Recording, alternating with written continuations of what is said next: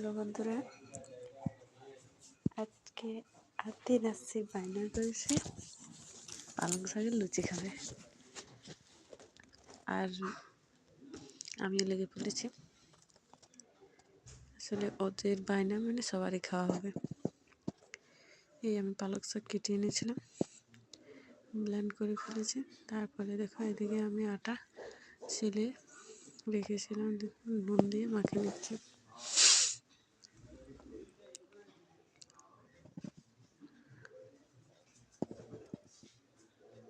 এরপর আমি একটু হালকা করে রিফাইন তেল দিয়ে দেবো।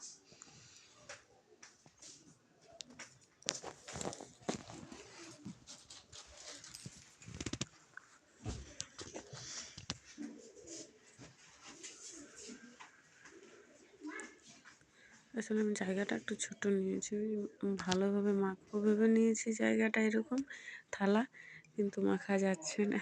কিন্তু এটাতেই মাখবো, আর আলাদা বদলাবো না। এরপর দেখো আমার মাখা হয়ে গেছে। তবে আমার রাশির নাম, আরেকটা নাম হচ্ছে তৃষ্ণাও, বলছে আমাকে নাম দেওয়া রুটি করে দাও, লুচি করে দাও। তা এখানে আমি নাম দেওয়া লুচি তৈরি করতে লেগে পড়েছি। দেখো এখানে তো আকার আসছে, প্রত্যেকটা লুচিতে ভিতরে দেখো তো আছে। আর সেটা হচ্ছে আমার ওই পালং শাক দিয়ে আমি কিছুটা আটা মেখে রেখেছিলাম, যেটাকে আমি ভিতরে দিয়ে ভাঁজ করে এটাকে